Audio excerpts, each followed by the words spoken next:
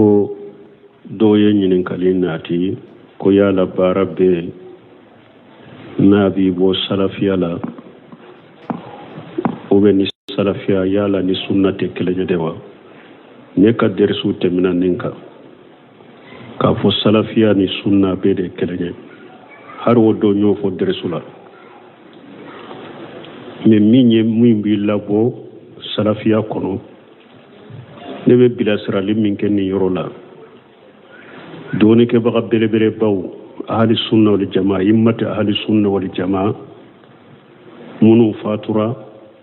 minnu bɛ ɲɛnamaya la o y'a yira de nin ko sugu dɔɔnikɛbaga belebelebaw de ka ko don.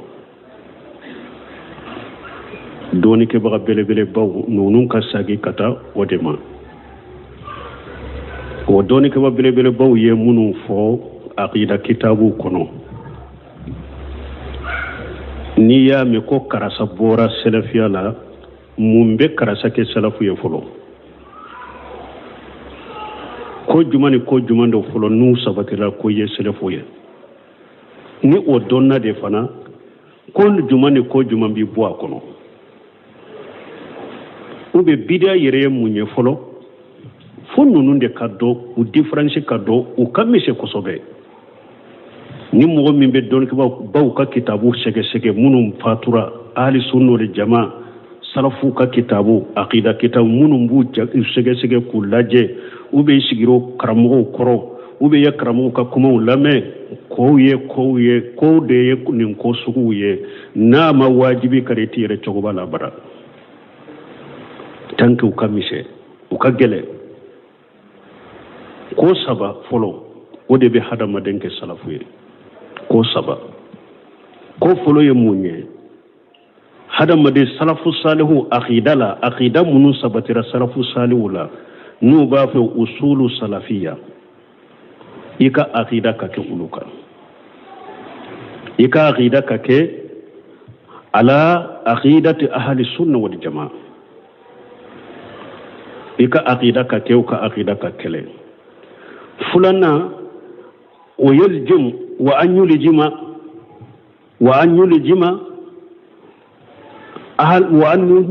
manhaj ahli sunna wal jamaa fi masdar talaqi. fulana ahli sunna wal jamaa ka delila boyoro e ka fana ka delila boyoro ka kɛ olu ye. alquran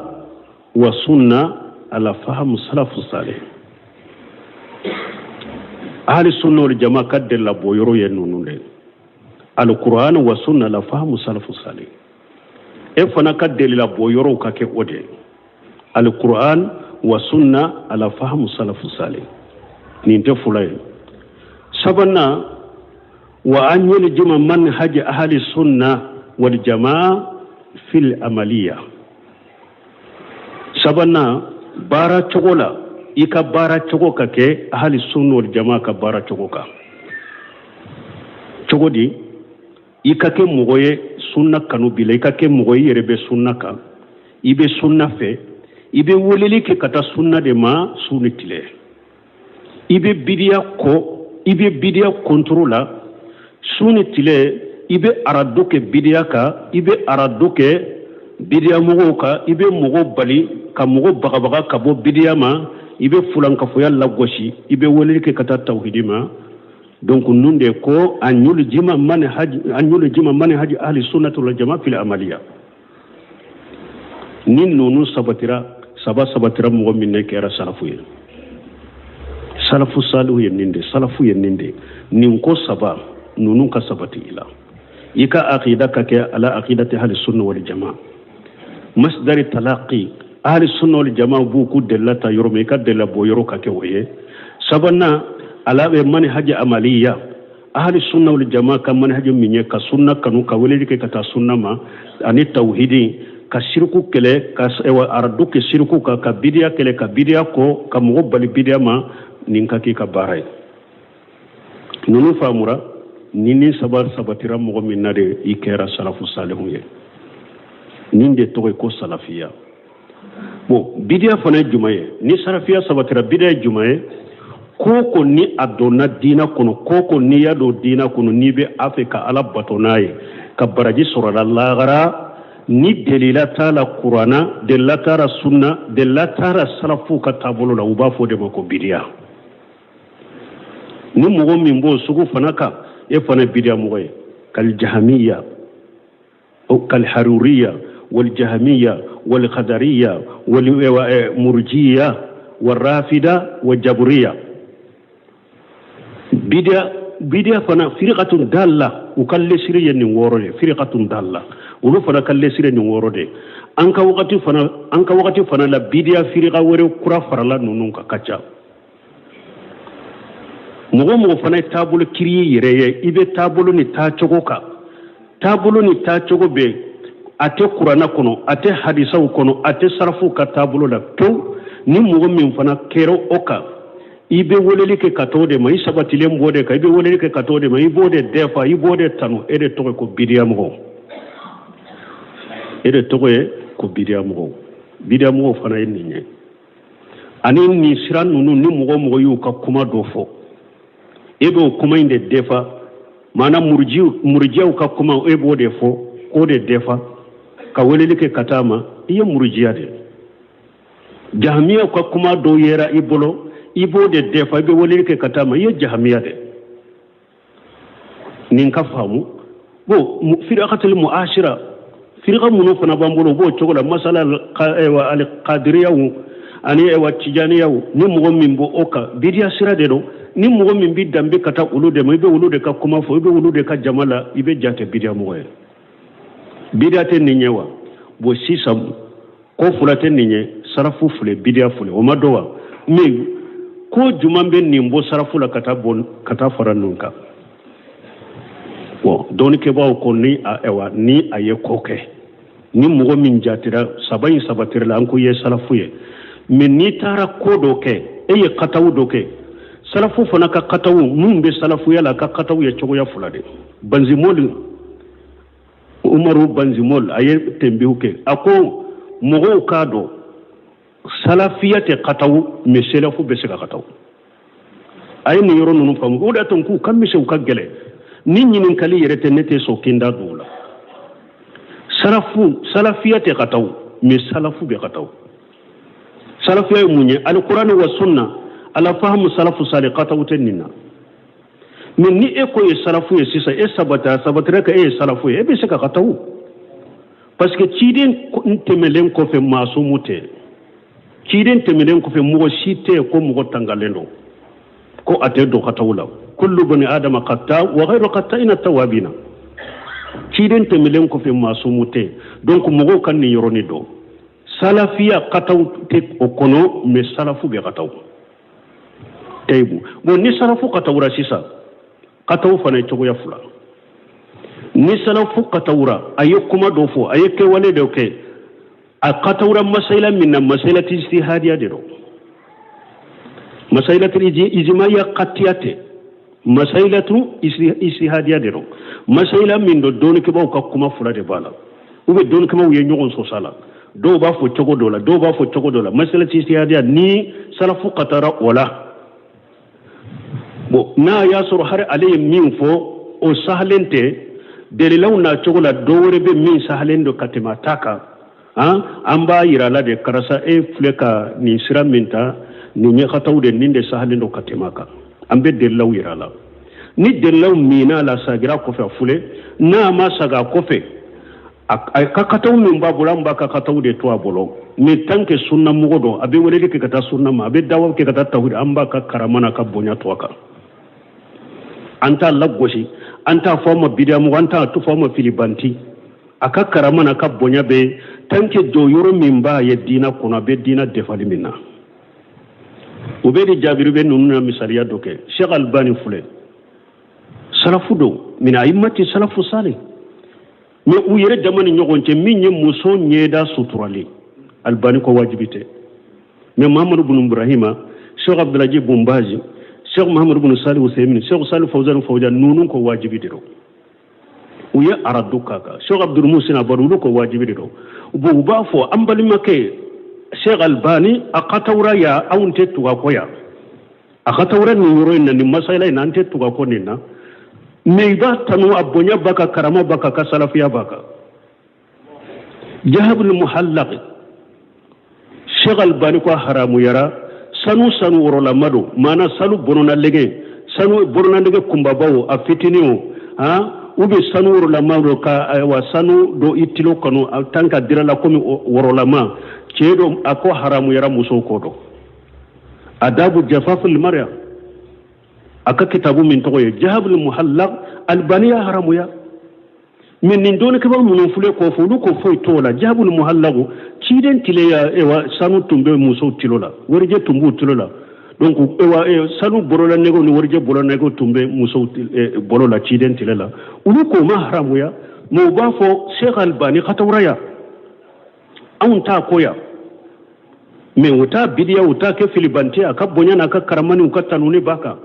nonu na jona nyona kacaya masale istihadiya ni mugo mincho nye katawra odela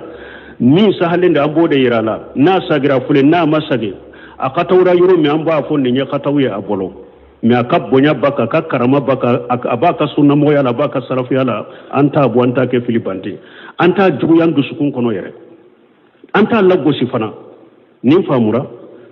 bo kataw fulana ni salafu katawra kataw minye ijimawul qatiya de baka konninte dina kono ijimawul qatiya dankan yala bede faralem baka te qur'ana kono te hadisa kono salafu salu be bolo ninte dina kono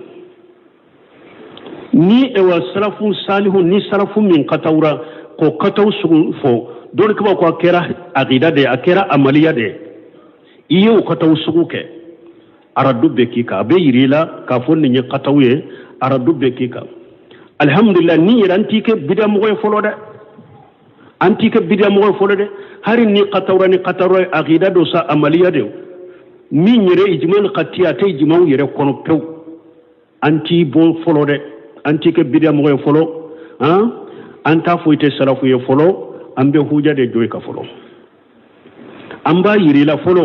kanne siha ke ka delila yirila folo ka huja joy ka fo min fule ninta kono yere ninye bidia de ninta kono ijimaw de ben nin kan ninte dina kono te qur'ana kono te sunna kono te salafu ka tabolola ambo yirala na sagira alhamdulillah bidia mogote na sagira amake bidia mo amabu aka salafiyala amabu aka sunna la tanka sagira alhamdulillah bonna masage sisa abaka de masaila min do fana bidia do te dina kono anye delila wira ka huja yira la maso kasage et puis abe weleli ke katama harisa abake ka defa ni yoro la be bo salafia la abeke bidia mo ni yoro la sisa tanke abambanaka tinya yira la banaka sage abaka be weleli ke katama fana abe ala batono o sira sugu ye fana abeke bidia mo ni yoro de la abora sunna kono abe kira bira mo ye donc muhimu doro ni aye ewa ni aye salafu na ye salafu fonko nyogona fi usul sunna masala ahmad ibn hanbali be usul sunna indana kaja obe ahmad ka kitabu kono ko sunna lesiru ambolo ninde do donc o usul sunna munum be sisa ni mo min tumbe salafiyala ni bora ode kono o usulu sunna minum be aqida kitabula e bora o dode kono donc ambe delela joka ka huja joka ni sagira fule ni ma sagibe ke bidam hoy abetan nin kuma nyini shogal banika kaseti kono nye kuma min fote abetan nin kuma nyini shaw sal muhammad muslimin ka ewa kaseti kono akuma nan nin chokola abetan nin kuma nyini shaw sal fawzan ka kumala abetan nin kuma nyini ubedi jabiri ka kumawla abetan nin kuma nyini sulman urhilu ka kumawla ayimmatu ahli sunna wal jamaa aytan nin kuma nyini ka kitabula ba fo nin chokodela shabal bani yere ni ya leka kaseti la me yere ko hada madembe se ka ewa aqida yere la ibe se ka qataw amaliya yere la ka soro delila yere tala de ibe se ka qataw fendo la yere be mo labo silamiya kono ki kafriya na kwanti bo yanti bo folode ambe huja de joka abu della ke monye parce que yaro leka della o kamise ako chedo asato kwa deuma aya den fara ɲɔgɔn kan ko nin sara a yin jani nka bugurunjɛ a ka do suuru baji la a ka do suuru fiɲɛ fɛ ni ala sera ka ne kunu yomali kiyama a b'i lajaba de ni mɔgɔ si kɛra sa ka kunu la nin ye kafira ou bien kafiriya tɛ mais yɔrɔnin kelen ala ko kun fɔ yakun a dara ka kɛ hadamaden ye a ko n ka jɔ mun ye bila nin na a ko n tigala n siranin ye de dɛ a ko tant que n'i y'a kɛ n ka ala ɲɛ siranya de kama n y'a fara i ma a ko nin filɛ ka kafiri baara kɛ ko mais ala y'a fara ma o mɔgɔ bɛ se ka kuma dɔ fɔ yɛrɛ akida la yɛrɛ a bɛ se k'i kafira amaliya la a bɛ se k'i kafiriya mais ni huja jɔr'i kan i sagɛra i ma bɔ an ti kafiriya an ti kɛ bidiya mɔgɔ ye mais ni banna ka sagi de sa huja jɔr'i kan bangeli kɛra e banna ka sagi sa o de sa an b'a fɔ i ma bidiya mɔgɔ ani fana Sheikh Albani b'a ka fayida dɔ fɔ aw ye a ko pour k'a fɔ mɔgɔ ye bidiya mɔgɔ a ko sarati fila b'a la sarati fɔlɔ a k'a sɔrɔ a ye bidiya min kɛ a y'a kɛ ni nin dungo de ye ijtihadu tɛ mais n'a y'a sɔrɔ tiɲɛ ɲinina de don yɛrɛ jijana de don nin bidiya y'a sɔrɔ n'a ka tiɲɛ ɲinini a ka yɛrɛ jijana a ka ijtihadu de a ka tawura a ko ciden ko ja isa hadal hakim fa asabu falahu ajran fa ina aqta falahu ajr wahid a ko ciden ko ni mustahida yɛrɛ jija a bɛnna sababa ma baraji fula bɛnna katawura a ka yɛrɛ jija baraji baye a ka yɛrɛ jija baraji baye a ko pour k'i bɔ bidiya kɔnɔ ko fula a fɔlɔ ye mun ye a ka sɔrɔ min ye bidiya in kɛ a ma kɛ ni ijtihadu ye a ma kɛ ni tiɲɛ ɲini ye a y'a kɛ ni nin dungo de a yɛrɛ b'a dɔn nin t'a la mais nin dungo a y'a kɛ kɛlɛ filanan bon a k'a kɛ a ka baara ye أن تكون على أن يكون الدين أن تكون ديدانه ودينه أكاد بداية فناك أكاد ديننا أبي الله بطن أبي وليك كتاما أبا جنسي أبي كبداية مغنين كفلا أكو سرتي فلا دبالا pour مغو كو بداية مغو أكو نسرتي فلا بالا أيه بداية منك أيه كنين دمو دكلي فلنا أيه كا يرما فنا تابولوني بطو چوكوي aya ka yire matabolo ni bato chogo ye de lawira la banna ka bilala ariyo yo ke bato chogo na ka tabolo de sisa aya ke ni ndungo de fana ye isi hadute ka ke ajogo na bato chogo ye abeke bidia mo ni ndela ko bidia mo be ke bidia mo ni sarti fulade donc nyana nyin kalimi mfora famu soro la wa wala famu ye ninde min bido salafiya kono sabainde do nyofo awye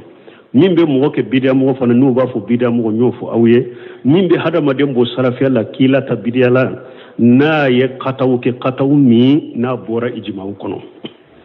a tɛ kuranna la a tɛ sunna la a tɛ hadisa kɔnɔ bidiya de don an t'a kɛ o yɛrɛ an t'a a bɔ fɔlɔ dɛ an bɛ hujaw jɔ a kan ka dɛrɛlaw yira la n'a sɔnna a sagira alhamdulillah ka karama na ka bonya b'a kan n'a ma sɔn ka sagi de sa y'o ka taabolo a bɛ wele ka taama kɛra bidiya mɔgɔ ye bon k'a yira salafu be se ka katawite bo salafiya la u bo misaliya caman fo imamu na nawawi filɛ ale ashariyaw ka hakilina b'a bolo ahli tawili do mais a wagati a y'a kɛ ni ijtihadu de mɔgɔ ma sɔrɔ min bɛ delilaw jɔw kan u ye dɔɔnikɛbaw minnu tɛmɛnenw ye n'u y'u ka kitabu kɔnɔ olu fana ɲana diina dɔ de don ahli tawili do ale ashariya sira de b'a bolo mais dɔɔnikɛba si ma kɛ bidiya mɔgɔ ye u b'a fɔ dɔrɔn imamu na nawawi kataw b'a bolo fi lasma wa sifati a bɛ tawiliw kɛ mais a y'a sɔrɔ ni ijtihadu de a ma bɔ salafiya kɔnɔ ibn hajar a b'o cogo la ahli tawili do u b'a fɔ kataw b'a bolo nin yɔrɔ la a bɛ tawiliw kɛ ala ka tɔgɔ na ka mankutu la mais tant que a ye baaraba min kɛ diina ye mɔgɔw kana ɲinɛ hadamaden ka baara la silamɛya kɔnɔ dɛ a ye baaraba min kɛ diina ye sunna defali ka weleli kɛ ka taa sunna ma ka bidiya kɛlɛ ka silamɛya nafali min kɛ u y'a ka bonya n'a ka karama to a kan nin kataw minnu filɛ ninnu ye u bɛ tunu u ka ɲuman kɔnɔ mɔgɔ k'o fana jate mɔgɔ dɔ bɛ kataw dɔ kɛ a bɛ tunu a ka ɲumanw kɔnɔ o de y'a to tuma min dɔ ye Sheikh Mahamadu bin Salihu Usaimin o y'a sɔrɔ u b'a al-aqidatu safarini a b'a kɛ k'o sarha aqidatu safarini défaut b'a la aqida yɔrɔ la défaut b'a la parce que qidamullahi ale b'o fɔ ahli sunna wal jamaa bolo i t'a fɔ al-qidam o tɛ fɔ ala ye ko fɛn kɔrɔlen masa min ye masa kɔrɔlen al-qidamu ala kam man kutu la wote o ye kataw babulo kataw chama bala ni Cheikh Salih Fawzan ba sarfa bu bange buno semunu bu bange kalanden do ko ma ko ola ya la mbese ka fo safar ni ma ya ko salafute sunna mogote wa ahli kalami do wa akolla konni mogo minyen nin kuma fo nin tigla mogo yere de be bo iba soro nin tigla mogo yere de bo lendo salafiyala nin mogo minyen nin fo ko yala safari ni kataw munun ke ota la bo salafiya kono wa akonni kuma fo baga yere de be se ka bo salafiyala ko akom mi safari ni min aqidati ahli sunna mogo de do salafu de do kataw de ya soro o kataw be repare de mais aka aqida na katabulo na ka weleli ani akatanuni abe sunna de ka abe bidia lagosi abe bidia kokari abe bidia sagi donc nunun ka famu salafiya de te kataw me salafu be saka kataw ala ka hakki manda ma insha Allah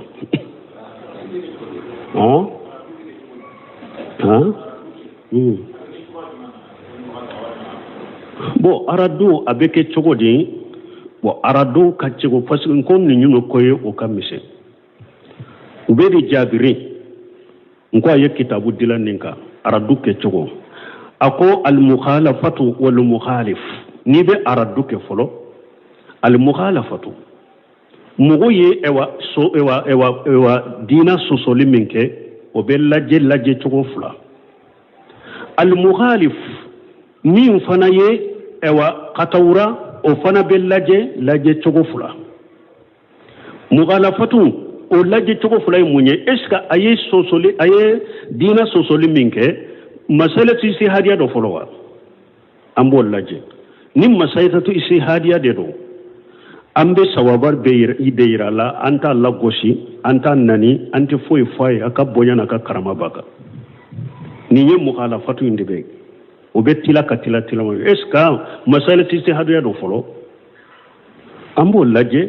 ayo misale Cheikh Abouedi Jabir yo de misale ke nyaal bani ka fe munu fo uni nyogonche ni ewa masala si hadiya de do tinya de be irala ninde yo sababu ninde griale no na ya tafule na mata akabonya na ka karama bakamba ka katonde twabolo ninte fule bo mukhalafatu to ya fulana yala aye sosoli minke abora ijimau konowa ambo yoro laje na ya sura tigi bora ijimau de konoyo ambe araduka ka la karama ambe araduka ka kuma fota inka ambe araduka ka kewale ka bonya shitaye na ya sura bora ijimau de kono ambe araduka ka bo ninte ewa sosoli kera minna ba al mukhalafatu oten ni nyewa obeye chego ya fulade la yala masalati si hadiya do wa ubi masala min do yala aye ijma'u de sosowa nin do fulay nambura yoro la min yire ye sosoli nke afana bella je chego fula ahli sunna wal jamaa kam mo do be bidia mo do min yi mukhalafatu nke yala ayire be jate sunna mo de rawa aka ewa kanu be sunna de ka aka gira be sunna de ka be wole ke kata sunna de ma abe sunna de bange abe bidia de kokare abe radu ke bidia mo de ka abe bidia ko abe shirku ko o mo de wa ni o mo do o laje chogo ni waradu chogo ani min jate lembe bidia mo de la utara du chogo kelena ni nye fam fulana ni nye nyire mukhalafatu ke ale be laje chogo fulala na ya soro sunna mo de do bo aye minke ate ijma'u kono me sunna mo de aka gida be sunna de ka kawlel be sunna de ka be bidalla gusu aye minke bo abora ijma'u kono ambe munke sisa ante alennani anta ko filibanti folo bonya baka karama baka abe sunna de fali minna me ambe cinya irala ambe huja joaka ambe cinya irala nanye huja joka cinya irala la asagira kobewa kote bo nama sagide sa amba laje eska bidia min fura bolo abi wolir ki katama ka charide o ube adale aywa adale mbaka parce que mo min fana dadale mbaka bidia ka toraba yire ka ni mo min ba chari wote kelenye ni fana bibi koroshi de koy min dadale mbaka bidia ka tora tese mo wore ma yire de baka bidia ka o chogo ani mugo min fana bake ka welele ke katama ka charo fana te kelenye o fana ke chogo te kelenye bon na ya soro mogo de do abora ijma'u kono hari na ya sunna mogo de do me abora ijma'u kono be bidia ka anye delilaw banga ya masake bidia min do fana bake ka defa de fana ka tanu ka mogo wile katama ambe araduka ka ambe araduka ka bon nambe araduka ka ambe lajelike na ya soro ambe yoro min fanga ban sunna mogo de la fanga ban sunna mogo de la bon nama atogofo abe bidia charili min ya kitabu dila bake ka bidia inchari abe wele ke katama abe chinyali ke mogo tado jama ba no fo te uluta chogodo be anya chogodo anyire bado nama togofo ka mogo bala man ku yire kolosama be chinyali ke aka chinyali be bonya ye kitabu dila ka abe wele ke katama amba wele na togoy karasa bidia mogo da ya yire kolosama amba wele na togoy karasa bidia mogo do aya yire kolosama abe tanka bake ka weleli ke katama ka tanude ka defa anta toy ambe aradu kaka bo ka welena toy salama musalaha de be la jala ni haju ni darura nana amba welena toy ambe salama masalaha laje me nanyire yado nanya to fo de salama masalaha bala nesi habala me tieli wore bena dare uli mafasidu muqaddam ala jalbil masalih nin qaida fona bena tieli kala de fulo ni nyakoy mi ambe yoro min fule ka folo min fawe na ya soro fanga be sunna mogo de la nin tigi aya togo wela kara duka ka fo itala mogo ka chugodo ninye nesiha de dinai ninye dina bangale de aya togo fo akara duka ka min na yere yado ambe yoro min fanga te sunna mogo la de fanga be bida mogo de la ulu de famo be nyogon fe ulu de be jamana ka postu bawla fanga tan na koy fanga be ulu de la nan tora kan ni wole ni atogoye kara do kaka Allah ba haram banka sunna wole li min bushe njola ewa amba ka bida fo ka fo karas ewa bidia ni nye bidia ni tabule bidia ni kuma ye bidia anka togo foli toye anka togo foli toy nan yere yada togo foli be se kana ni tora islamiyama darul mafasiri muqaddamu ala jalbil masalih ika tora nyuni udi be na fasa malinye folo ninka kolo sala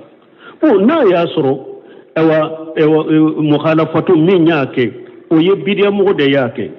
ne si hakoni fentola anyere yado ale tabule bidaya ale be bidaya de ka aradu de be ko kataro ala tulu ambe araduka ka karaduka ka kewaleka ka togo ka togo jense ka mugo bagabaga ma mugo ku yere kolosama anya fo chogo mi fo nanya do ni fanga bolu de la ni togo fora be fona ne fitina wore ni bala wure silamuma bo min ka jugo hari alebe minna donc nanya ni ndo ala donc amba ka togo foli to me ambe araduka ka fota na ka ketaka aw ben nin kuma min fana fo ayimut sarfu ben nunu de ka Sheikh Fawzan nunu be nunu de ka cide Abdallah Bumbaji ko ako hada madenka kataw bange hari ni ma togofo afo kataw bange doro mogo munum be nin fo ninye ninde mogo munum be nin fo ninye kataw mogo munum be ninke ninye kataw ara duka kan nin chawle kana togofo ko parce que cide nyere abafo ma balu aqwam ma balu rijal togofo darwani haju de benanai nya fo chokomi ni darwani haju nana anye doye aye kitabu dila bidiyaka abe bidiya chari abe bidiya jense abe bidiya tanu namman nin togofo mogo ye iku yire kolosama abe silamiya chinya daruran nana haju nana be nin togofo daruran nana haju nana be nin togofo me ni daruran mana haju mana an kana togofo an kara duke Sheikhul Salih Fawzan har Muhammad bin Hadi Madghali aka kaseti de gombolo ya nyininka yala nambe araduke mogoka ka mogo kere ya kuwele no to ko araduku ka bekewa ako abekeke ne haju ako ni haju sherama ambake me ako ni mogo min bake ka bidia ke mahmuru aka ko dogolendo ra ko denselente ako kana nin togofo aka bidia denselente betado ibe seka araduke nin kai kana togofo parce que ni ya togofo ibe aka ko bange mogo yen min yere ka ko dogolendo na yere betado yere bidia min bo obolo kalo togofo bidia info doro ka araduko ka ni yo togo yere fo yere e yere ma bange wa ako yere yo bange ibo toyede a togo toyede togo fo haju de benanai ni haju sera togofo ma ibe togofo ke mais ni haju ma se togofo ma kana togofo ke o min ye Muhammad ibn Salih Usaimi rahimahullah ale koni ko ale ka majlisi ale ka ɲininkali jaabiyo ale ka sigiyɔrɔ ko ate ale ka manhaju kono ko ni ale be aradu ke mo kai ka ale ka togofo ko ta ale ka manhaju kono ale toke awa ko mo shi kana mo togo kere ka togofo fana ale ka majlisi la ibe fatawa ɲina ale fe kana mo kere ka togofo ibe ale ka majlisi kono ibe ɲininkali ke kana mo kere ale fo ko ale bode ka abe ala dela ka saude ka fana ndella ka fo awya ako ni aradu ke mo ka kuma fota na ka keta ka ni ma togofo na fadama do bala nafa folo ye munye nafa damado nafa folo ye munye ni e aradu ke kuma fota ni keta ka aradu be beta fo kata janwuli mogo ya ale ka kuma nyogona fo mogo ya ka kewale nyogona ke aradu ba beta ni mogo ye e ka kuma yimme o ya sora le fana ya ka kuma nyogona fo ya ka kewale nyogona aba fo ja ne yere be ninke koy aradu be bilo fana ka mais ni ale kere na to ka aradu ka ni mogo mi nyame ba fo ne sentele ni aradu kera karasa de ka aradu be ka kelenta de ni nye keleye be fulana ni e ya le togo fo sisa ye aradu kaka hada madembe tubiyo e aradu ka le kan ni kataw minye ale tubira kabo kataw na tubira kabo kataw na duru jurugo boray ala fi kataw boraka me e ka kuma charila abese ka boaka wa har ale fature ka kuma baka har ale ka e wa tubile ka kuma be to ale ka fo kata lagara ale bese ka tubi fana ni te fulaya sabana abeke sababu ye fana ka fitina ni bagadaw ni juguya ka ani farafaraya ka do selamaw ni nyogonje parce que ni e ya le togo fo sisa yoro dola e ka kaseti do hari ni ete mo do be kele e ya le wele na togo ka le togo fo kaseti karadu kaka ale kanu bagado be e ka kanu bagado be ale ka kanu bagado kumana ka kuma jugu fo e ka kanu bagado fana sigila ayo jabi fitina ni kele nanu ba mana be fitina ni kele de nati ni nye joliye saba bo nani na akacha ala fe nima mogo togo fo ye aradu ke kuma fota ni ketaka na ya me ale togo ma fo akateli kasagi ka bokata una me na togo fora ni ala ma fora ka setani be dola afana ba fo ko aba yere defa de sisa afana ba fo ko aba yere defa de ko abi aradu ke eka ko ba fana bi jabi kele bena bagadaw bena juguya bena femma dila abena ni chinyali de donc an koni be munum fo doni ke baw ka hali sono jama ka kitabunu ka kuma kono an kan janton yere la o yen nununde togo be fo de me haju ni darura de bena ni togo ne shi hakata islamiyama me ni haju ni darura manani mugo min ka togo fole an ka aradu ke kuma fotaw ni ketawka alaka hakimandama subhanakallahumma rabbana bihamdika ashhadu an la ilaha illa anta astaghfiruka wa atubu ilayk